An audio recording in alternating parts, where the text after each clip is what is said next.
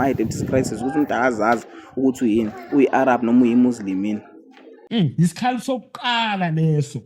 Yingako amakholwa konke ukubona okwenziwa amakholwa ukuthola eBhayibhelini. Hold up. Wait a minute. Something ain't right. Part 1 engekho ngitshela ukuthi and uQuran ayinakho ukubona. Look. okunyini.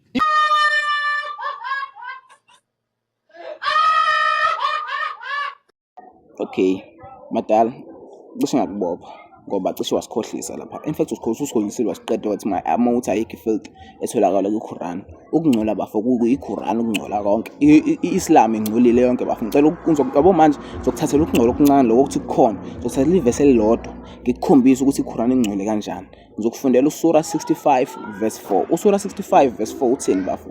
Uthi uSura 65 verse 4. uSura 65 ukhuluma ngani? Ukhuluma ngedivorce. Uyezwe lonto le so kahle kahle ithwe by Allah uyakhomenda concerning i-divorce njengoba uApostle Paul wayejwayele ukukhuluma lapha kule nto zokuBhayibheli ethi concerning this mina ngithi, concerning this mina ngithi, concerning this mina ngithi. Sabo kuTimothy mase ekhuluma naye concerning izinto ezithize mina ngikhuluma lokho okuthize. So basically into ayenzeka lana ke uAllah uyakhomenda yena ngani ngedivorce. Uthini? Uthi so solifunda uzolibona lapha kwami mina ngizolifunda la izansi. Uthi as for women past the age of menstruation, in your case in case you do not know, their waiting period is 3 months.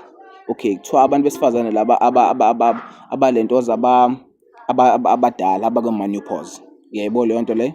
Kuthiwa bona-ke mfowethu kuyebona uzoba lentozo 3 months.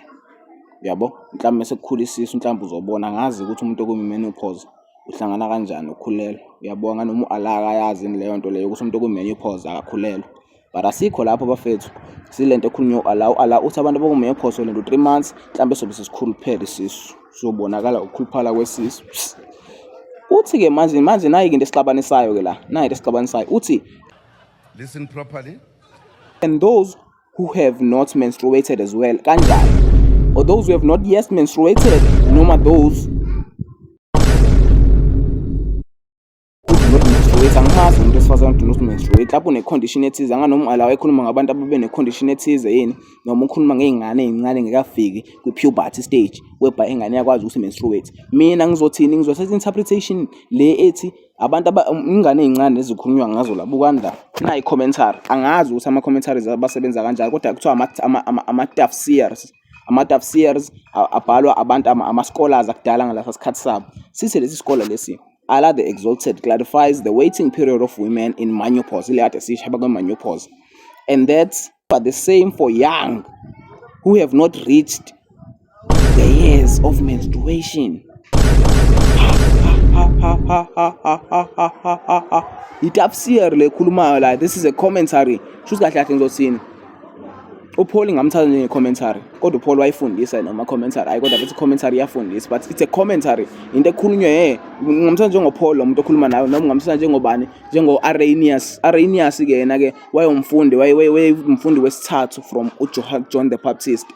Uyayizwa lonto ngasho wathi wayemzulwana kaJohn the Baptist when it comes to spiritual ukuzalana nje ngazi uyayibona leyo nto leyo but